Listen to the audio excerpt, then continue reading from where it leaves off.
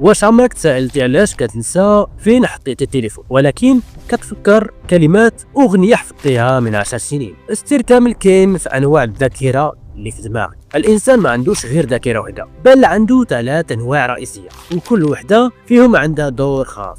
أول نوع الذاكرة الحسية. هذه الذاكرة كتخدم بحال الكاميرا، كتسجل الصور والأصوات والروائح لثواني قليلة بزاف. مثلا إذا شفت شي منظر بسرعة أو سمعت اسم شخص ما بقيتش مركز، هذه كانت ذاكرة حسية. ثاني نوع الذاكرة قصيرة المدى. هذا النوع هو اللي كيخدم الحاضر، كيخزن المعلومات لبضع ثواني أو دقائق.